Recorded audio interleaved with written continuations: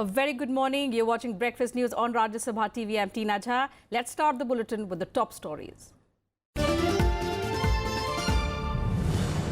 Prime Minister Modi heads to Janakpur, the birthplace of Sita, as he begins his two-day Nepal visit. Foundation stone for largest hydropower project Arun 3 being built with Indian assistance to be laid. Visit aimed at building mutual trust.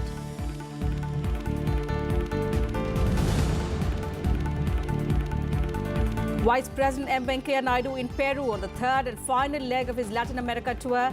Addressing students in Panama counts new and more powerful challenges despite strides in technology, says economic disparity one among them.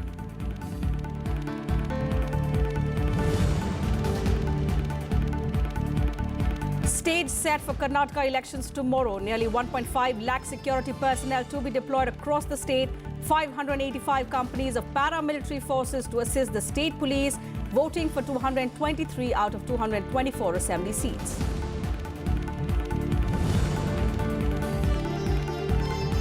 The five-judge collegium led by Chief Justice of India Deepak Mishra are likely to meet today. May decide on government's objections to elevation of Uttarakhand High Court Chief Justice K.M. Joseph to the Supreme Court.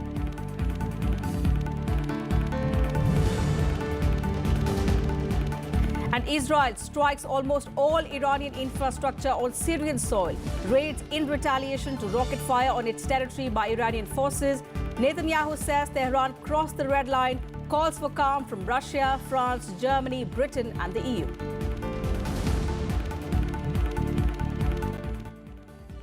Our top focus this morning. Prime Minister Narendra Modi has left on a two-day Nepal visit. The visit is being held with a view to give further impetus to bilateral relations between both countries. The focus of the visit is to create convergence on many issues, including economic cooperation and connectivity.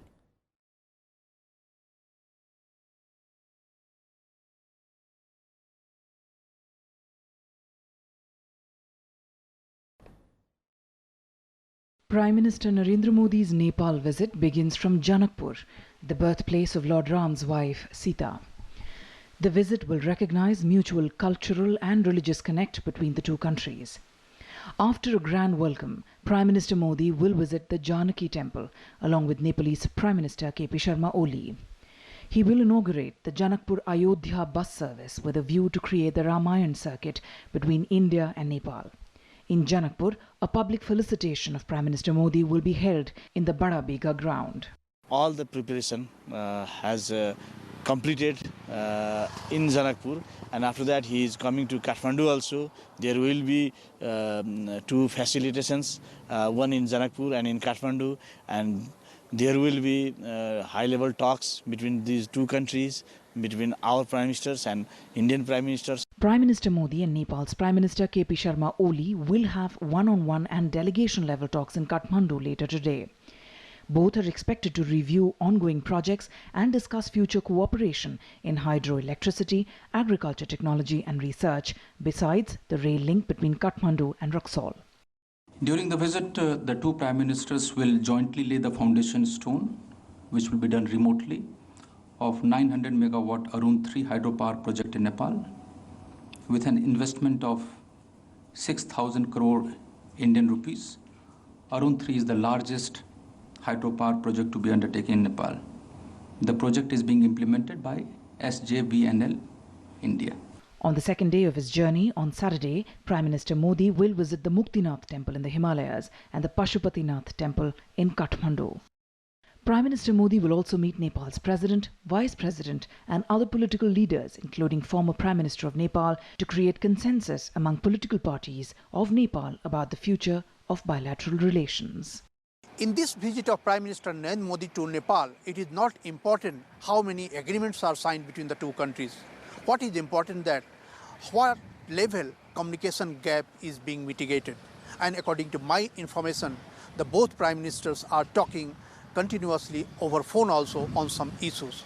So it is going to be an important milestone in the history of India-Nepal relations because both countries are giving priority to the development.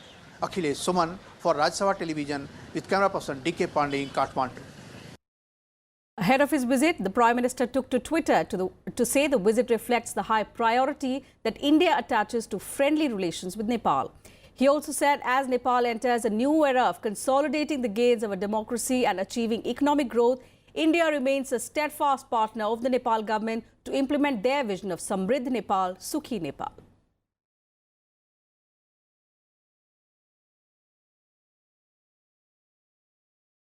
So this is the Prime Minister's third visit to Nepal in 4 years. The Prime Minister took to Twitter immediately before embarking on the visit, saying the visit reflects the high priority that India attaches to friendly relations with Nepal. The Prime Minister will be heading first to Janakpur, the birthplace of Sita. He will also visit the Muktinath temple, after which he will head to Kathmandu. Both Janakpur and Kathmandu have been all decked up for the Prime Minister's visit. This is the Prime Minister's first visit since the leftist party took over in Nepal.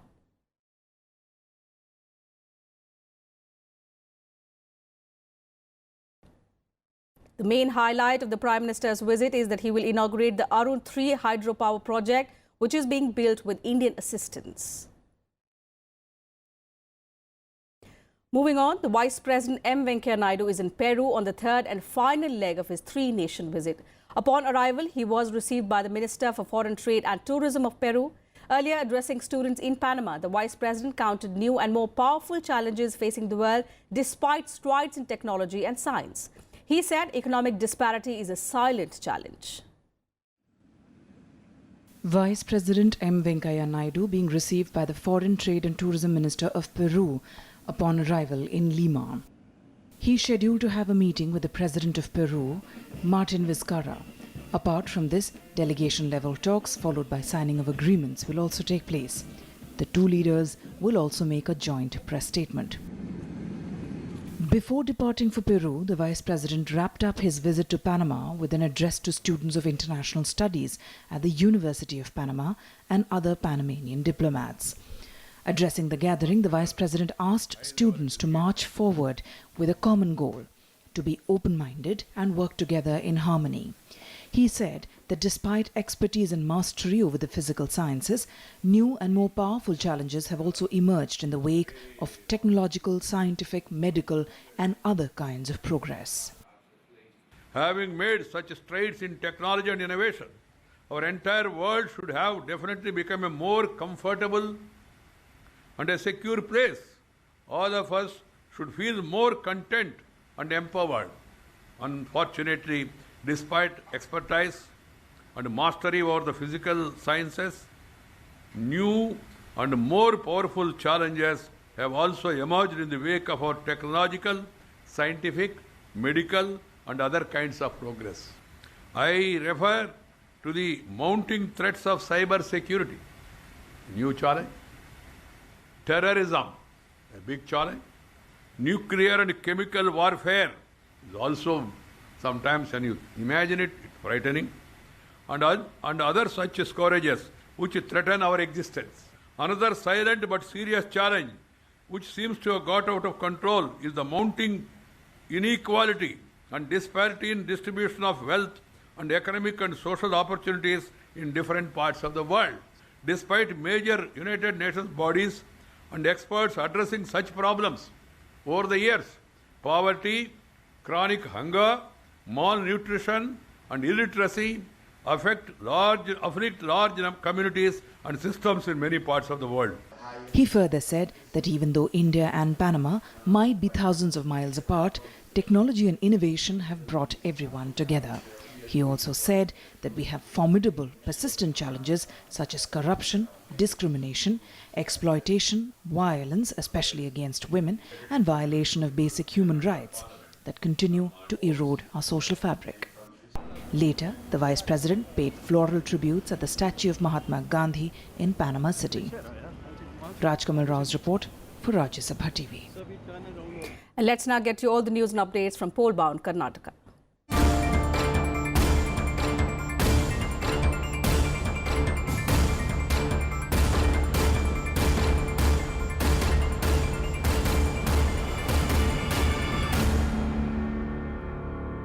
The stage is all set for the Karnataka elections on Saturday. Campaigning for the polls ended on Thursday evening. 2,655 candidates, including 219 women, are in the fray. There are 1,155 independent candidates in the election. 4 crore 96 lakh voters, including 2 crore 44 lakh women, will also cast their votes to elect the next government. Over 15 lakh people are first-time voters in the 18 to 19 age group. Out of 224 seats, voting for 223 seats will take place on the 12th of May. Election for one constituency has been postponed following the death of one candidate. The Election Commission has deployed 585 companies of central forces comprising of 45,000 personnel for the poll duty.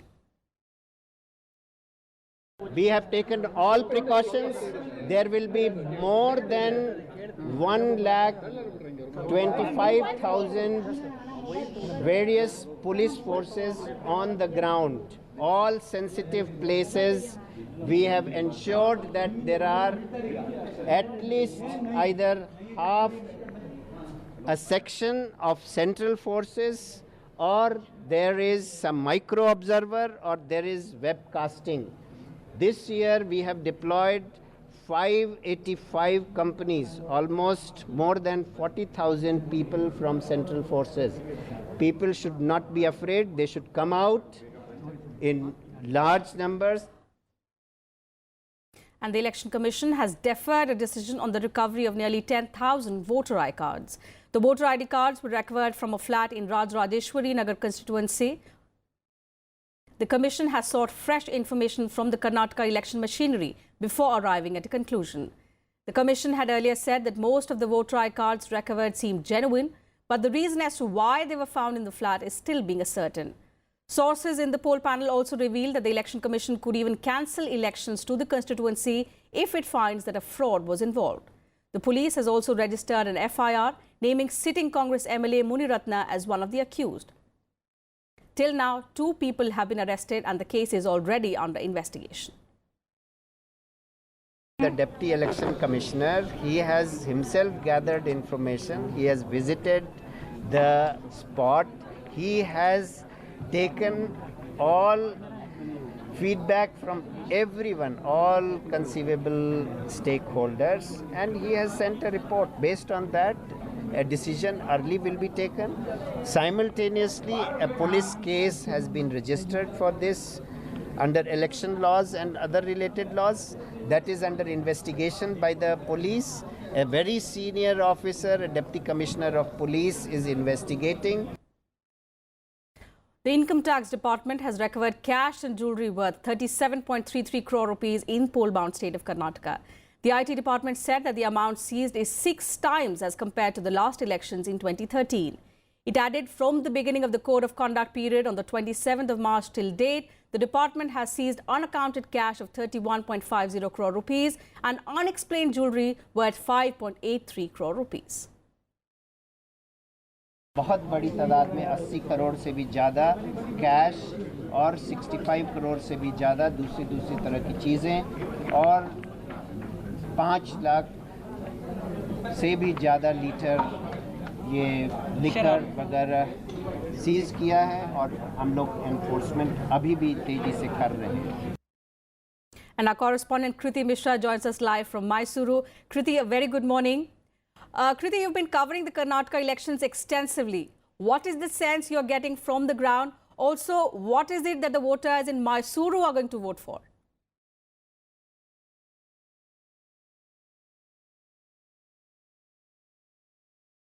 Well, Tina, there were important issues in Karnataka and specifically in Mysuru region. There were issues of farmer suicide. Remember, from the year 2013 to 2017, more than 3,500 farmers have committed suicide.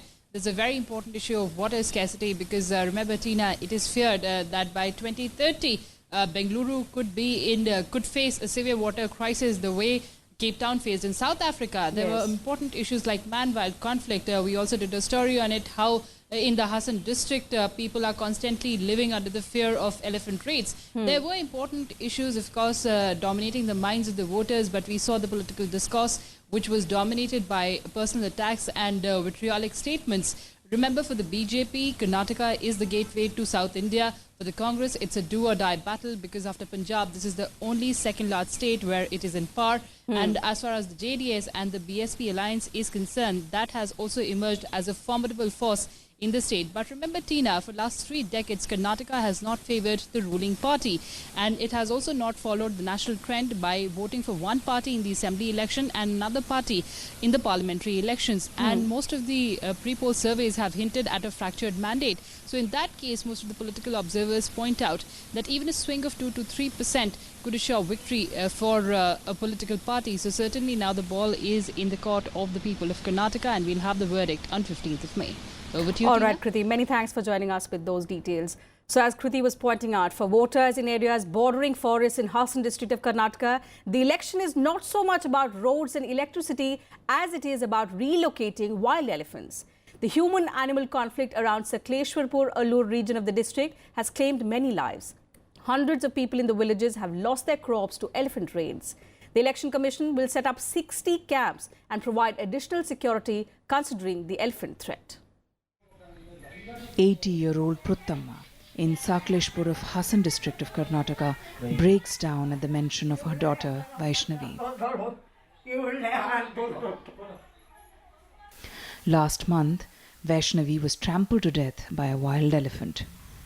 The elephant suddenly appeared from nowhere and attacked her when she came out of the house to answer nature's call.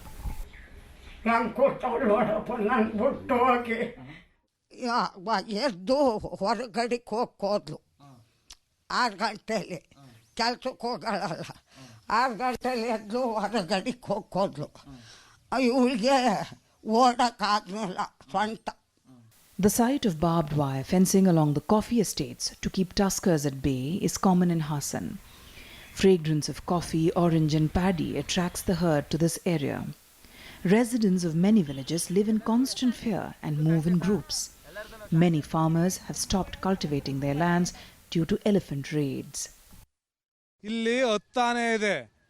ಇವಾಗ ಬೆಳಗ್ಗೆ ಬಂದು ಅಲ್ಲಿ 3 ಜನ ಓಡಿಸ್ಕೊಂಡು ಹೋಗಿದೆ.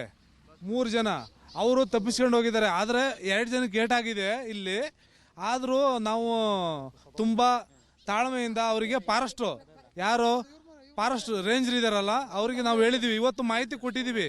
While the elephant menace is an issue here, conducting elections too is no less a challenge. The district administration has identified polling booths to provide additional security considering the threat. The forest department has been asked to ensure safety of voters. There will be nearly about 80 people who will be deployed in these areas. They have established multiple camps. There are some 40 elephants and their movements are already tracked. So the moment we know that these elephants are coming to a particular area, they have a mechanism of warning people, and there is a system whereby the mass SMSs are sent to the people that the elephants is expected to come to this region. So that entire teams are being formed and sufficient preventive measures are being taken. Such incidents were unheard of in the 1960s. Things changed when the Hemavati reservoir submerged more than 22,000 acres of land. Much of the pathway of the elephants went underwater. Subsequently, as the region developed, roads and railway lines too cut across the elephant corridor. More than 150 people have been killed in last 3 years in this region by wild animals. Whenever an elephant kills someone, people protest, and in a knee-jerk reaction, the forest department takes some temporary steps. But this man-wild conflict needs more sustainable solutions. Reporting from Hassan, with counterperson Yogesh Agarwal, I'm Kriti Mishra for Rajya Sabha Television. And on to some other news now. President Ramnath Kovind on Thursday visited the army base camp in Siachen. Addressing soldiers at the world's highest battlefield at 20,000 feet, President Kovind expressed gratitude to the soldiers posted there. He said that the bravery and valor of soldiers deployed in Siachen over the past 34 years has given every Indian the confidence that the borders are safe and secure. The president paid his respects at the Siachen War Memorial and also visited the Kumar post. With this visit, President Kovind has become the second president to visit Siachen after President APJ Abdul Kalam in April 2004. 76 kilometre की लंबाई और 4 से 8 kilometre की चौड़ाई वाला यह Siachen glacier हमारे देश के लिए बहुत ही महत्वपूर्ण है।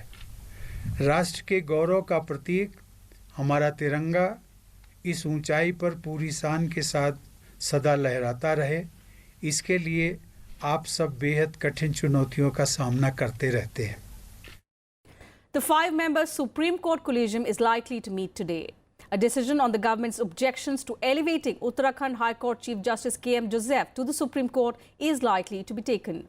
PTI is quoting sources as saying that the collegium, which includes Chief Justice Deepak Mishra and the top 4 senior judges, will meet in the afternoon. The development came in the wake of a letter by the second senior-most judge of the Apex Court, Justice J. Chalameshwar, to the CJI on Wednesday. He has sought reiteration of Collegium's 10th January unanimous recommendation for elevating Justice Joseph. Justice Chalameshwar, a member of the Collegium, is retiring on the 22nd of June. The government on the 26th of April returned the Collegium's recommendation to elevate Justice Joseph, seeking its reconsideration. The government has initiated inter-ministerial consultations on a draft ordinance to reverse the changes ordered by the Supreme Court on Scheduled Caste and Scheduled Tribe Prevention of Atrocities Act. The ordinance would state that the act would prevail in its original form. The government would follow it up with a constitution amendment bill in the monsoon session of Parliament, which would include the legislation in the 9th schedule of Constitution, protecting it from future judicial interventions. The Supreme Court had on the 20th of March banned automatic arrests and registration of criminal cases under the Act. Union Water Resources Minister Nitin Gadkari has expressed hope that River Ganga will be 100% clean by December next year. He said before March next year, the government is aiming to clean the river by 80%. He also named 10 cities like Kanpur, Patna, Allahabad as the biggest polluters of the river. The government is working on a plan to clean the Ganga River by 70 to 80% by March next year. Water Resources Minister Nitin Gadkari says the river will be fully clean by December 2019. 2019 के मार्च तक हम 70 से 80% गंगा को निर्मल बनाने में निश्चित रूप से सफल होने का प्रयास करेंगे। मुझे लगता है यहाँ तक हमारा होगा और फिर उसके बाद मार्च के बाद एंड ऑफ दिसंबर तक हम ये कोशिश करेंगे कि हम 100% तक जाने की कोशिश करेंगे। मुझे पता है कि मई में चुनाव होने वाला है और मार्च तक ये काम करना है, इसलिए हमने बहुत से सुधार किए। Gadkari said 97 cities are responsible for polluting Ganga. 10 of them are the largest contributors to pollution. These include Haridwar, Kanpur, Allahabad, Kolkata and Havra. Gadkari also revealed there are 1,809 industrial units and factories on the banks of the river that are adding to the pollution. Of these, 309 units have been ordered to be shut down. Kanpur's leather tanneries that release toxic chemicals into the river are the biggest challenge. Unable to identify the drains polluting the Ganga, the government is now taking help from Google Maps. नदी में गिर रहे एक MLD से ज़्यादा के 211 मुख्य नालों की पहचान की गई है। मैंने कहा गूगल से भी देखो नाले कहाँ आ रहे हैं। अब ये सच्चाई है कि हमको ना राज्य सरकार नाले की लिस्ट दे पाई, जैसे आदमियों की जनगणना होती है वैसे ये नालों की अभी भी जनगणना ठीक से नहीं हुई है।